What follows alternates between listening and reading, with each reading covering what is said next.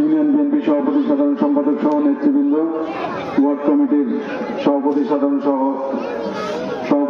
সম্পাদক সহ নেতৃবৃন্দ, অঙ্গ ও সহযোগী সংগঠনের বিভিন্ন পর্যায়ের নেতাকর্মী সমর্থকবৃন্দ, উপস্থিত আছেন বিএনপির বিভিন্ন পর্যায়ের নেতাকর্মী সমর্থক সহ উপস্থিত আমার মা বোনেরা, সকলকে জানাই সালাম, আসসালামু আলাইকুম।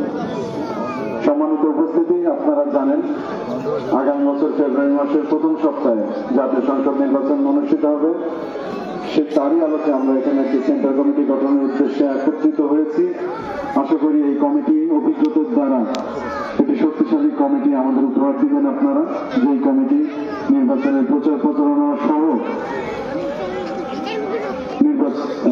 কেন্দ্রের এজেন্ট নিয়োগ দেওয়া সহ ভোটারদের ভোট কেন্দ্রে আনা নেওয়া সহ যাবতীয় কাজ সুচারুভাবে সম্পন্ন করবেন। সম্মানিত উপস্থিতি, আপনারা যারা এখানে উপস্থিত হয়েছেন সবাই তো বিএনপির কর্মী সমর্থক নেতা নাকি? বিএনপি করে কেউ আছেন এখানে? এখানে আমার মা বোনেরা সবাই তো বিএনপি নাকি? আপনাদের উদ্দেশ্যে কয়েকটি কথা বলুন। হয়তো অনেকের কাছে যখন আমরা ভোট চাইতে যাবো, হয়তো তারা জিজ্ঞেস করবে যে তোমরা কেন ভোট দিবে, তাই না? করবে না? বা ভোট দিলে তোমরা কি দিবা বা কি পাবো, বলে না কথা? তো আমি এখন কয়েকটি কথা বলবো, সেই কথাগুলো তাদেরকে বলবেন, সাধারণ ভোটারদের। সবার প্রথমে যেটা আমরা করবো, আমরা যদি রাষ্ট্র পরিচালনা করার সুযোগ পাই, সেটি হচ্ছে মা বোনদেরকে আমরা ফ্যামিলি কার্ড দিব। বিশেষ করে যারা অসচ্ছল, ঠিক মতো সংসার চালাতে পারে না, সেই সব পরিবারদেরকে আমরা ফ্যামিলি কার্ড দিব, যাতে তারা নিত্য প্রয়োজনীয় দ্রব্য যেমন চাল, ডাল, তেল, লবণ এগুলো আপনারা নিতে পারেন, কোনো টাকা পয়সা লাগবে না। এছাড়াও উপস্থিত এখানকার ভাইরা বা বোনেরা, আপনাদের জন্য 1 বছর বেকার ভাতা প্রদান করব এবং এই 1 বছর আপনারা যে যে বিষয়ে পারদর্শী সেই বিষয়ে আপনাদেরকে প্রশিক্ষণ দেওয়া হবে। বেকার কি 1-2 জন মাত্র? এছাড়াও আমাদের জনগণের জন্য আগামী 1 বছরে বা আমরা নির্বাচিত হওয়ার 1 থেকে 1.5 বছরের মধ্যে আমরা 1 কোটি নতুন কর্মসংস্থান যুক্ত করব। আমরা আমাদের কৃষক বাচ্চাদের উদ্দেশ্যে বলতে চাই যে আমাদের কৃষিক্ষেত্রে আমরা যারা চাষবাস করি, আমাদের অনেক দুরবস্থা হয় প্রায়, যেমন আমাদের ন্যায্য মূল্য পাই না, বা আমাদের সার বা কীটনাশক ঠিক মতো পাই না আমরা। তো আপনাদের উদ্দেশ্যে আমি বলতে চাই, আমরা ফার্মার্স কার্ড দিব, যেই কার্ডের অধীনে আপনারা সার, বীজ বা কীটনাশক আপনারা পাবেন। সেই সাথে আপনারা যেন আপনাদের উৎপাদিত শস্য বা খাদ্যশস্য বা পণ্য ন্যায্য মূল্য পান, আমরা সেই ব্যবস্থা করব। আমি কি বোঝাতে পারলাম? এইগুলো সাধারণ জনগণকে বলবেন। সেই সাথে আরেকটি বলবেন, আপনাদের গ্রামে সম্ভবত ড্রেন দরকার মনে হয়, পয় নিষ্কাশনের অবস্থা খুবই খারাপ, রাস্তা, ড্রেন। ইনশাল্লাহ আমরা যদি সুযোগ পাই আপনাদের সেবা করার, এগুলো মেরামত করব বা নতুন রাস্তা করব আপনাদের জন্য। আমরা আমাদের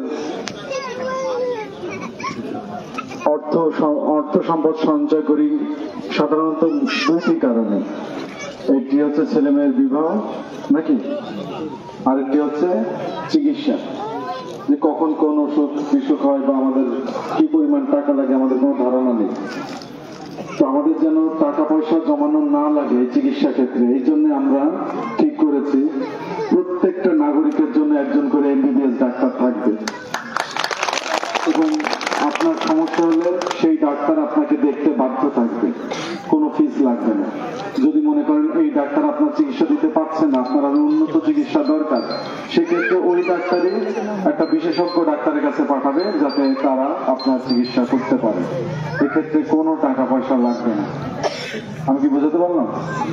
এমনকি আমরা আপনাদেরকে স্বাস্থ্য বীমার আওতায় আনবো।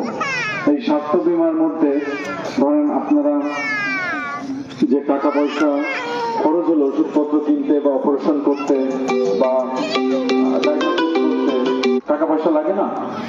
এই টাকা পয়সাগুলা যাতে আপনারা এই টাকা পয়সার মেজরিটি ভাগ বা অংশ আপনারা ফেরত পান, আমরা সেই ব্যবস্থা করব। আপনাদের ওষুধ কেনার মানি রিসিপ্ট বা অপারেশনের যে রিসিপ্ট গুলো আছে, মানি রিসিপ্ট গুলা বা রসিদ গুলা, এগুলো সরকারি অফিস থাকবে, সেখানে জমা দিবেন, দিলে অধিকাংশ টাকা আপনারা ফেরত পাবেন।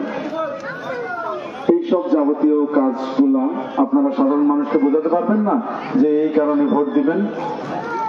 বিশেষ করে আমাদের মৌলিক যে চাহিদাগুলা, অন্ন, বস্ত্র, বাসস্থান, চিকিৎসা এবং শিক্ষা, এই যে আমাদের বেসিক নিড গুলা বা বেসিক আমাদের অতি প্রয়োজনীয় জিনিসগুলা, এগুলা আমরা আপনাদেরকে মেক শিওর করবো যেন প্রত্যেকটা নাগরিক এই সুযোগ সুবিধাগুলো পায়। শিক্ষাটাও কিন্তু অনেক গুরুত্বপূর্ণ। বিগত দিনে এমন হয়েছে, লেখাপড়া না করে পাশ করেছে, হয়েছে না? আমাদের সময় পাশের হার ছিল 20 থেকে 25 বা 30% হাইস্ট, এখন হয় 80-90%। এখন একটা ছেলে ফেল করলে শিক্ষককে ডেকে নিয়ে যে বলে কেন ফেল করছে। আর আমাদের সময় 80% মার্কস পেলে শিক্ষককে ডেকে নিয়ে যে বলা হতো যে 80% মার্কস কিভাবে দিলেন, কেন দিলেন। আছে না পুরাতন অনেকে এখানে স্টুডেন্ট?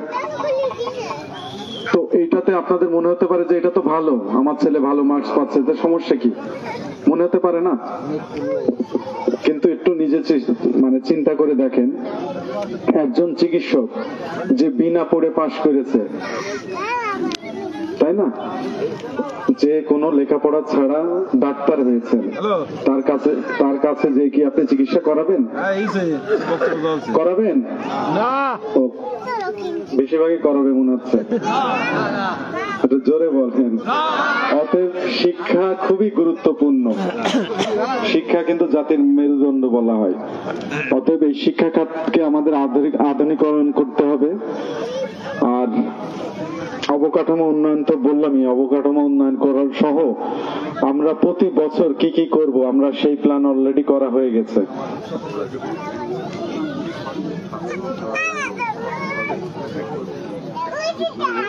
আমরা আমাদের যে হসপিটাল আছে, হসপিটালের অবস্থা খুবই খারাপ, এমবিবিএস ডাক্তারও পাওয়া যায় না। তারপরে কমিউনিটি ক্লিনিক গুলো আছে, ওগুলো বেহাল দশা, সেগুলো আধুনিকায়ন সহ আমাদের যে মোড়ে যদি একটা আপনার একটা যদি ছোটখাটো হলেও যদি কমিউনিটি ক্লিনিক হোক বা ছোট একটা হাসপাতাল করা যায়, তাহলে আমার মনে হয় অত্র এলাকার চিকিৎসা ব্যবস্থা আরো ভালো হবে। আর আপনারা জানেন আমাদের বর্ডার এলাকা হওয়ার কারণে অনেক ধরনের সমস্যা আমাদের আছে না? তো আমার মনে হয় এই বাকসপুতার মোড়ে বা এর আশেপাশে একটি পুলিশ ফাঁড়ি হলে আমাদের জীবনের নিরাপত্তা সহ আমাদের প্রয়োজনে তারা পাশে দাঁড়াতে পারবে। সম্মানিত উপস্থিতি, আমি আর বেশি কিছু বলছি না, শুধু একটি কথাই বলবো যে আমি আপনাদেরই সন্তান। আমার পিতা শহীদুল ইসলাম মাস্টার, আপনাকে সবাই চেনেন জানেন, সবাই চেনেন জানেন আমার পিতাকে। আমার পিতা যেভাবে আপনাদের পাশে ছিল, যেভাবে আপনাদের এলাকার উন্নয়ন করেছেন, আমি মেহেদী হাসান রনি কথা দিচ্ছি ঠিক আমার পিতার মতোই আপনাদের জন্য কাজ করে যাব, আপনাদের এলাকার জন্য কাজ করে যাব। আপনারা শুধু পাশে থাকবেন, সহযোগিতা করবেন। আরেকটি কথা বলবো, সেটা হচ্ছে আমাদের মসজিদের ইমাম বা মুয়াজ্জিন, আমাদের ভারপ্রাপ্ত চেয়ারম্যান তারেক রহমান বলেছেন তাদেরকে প্রতি মাসে সম্মানী দেওয়া হবে। বুঝতে পারবেন?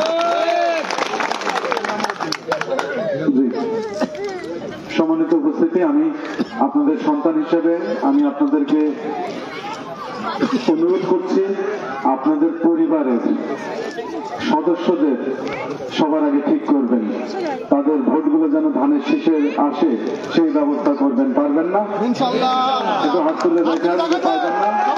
শুধু আপনাদের পরিবারের সদস্যদের ভোটগুলো আগে নিশ্চিত করেন। আর আপনারা মনে করবেন আপনাদের ক্যান্ডিডেট আপনি নিজে, মনে করবেন না যে মেহেদী হাসান রনি ক্যান্ডিডেট। নিজে ক্যান্ডিডেট হয়ে যা যা করা প্রয়োজন।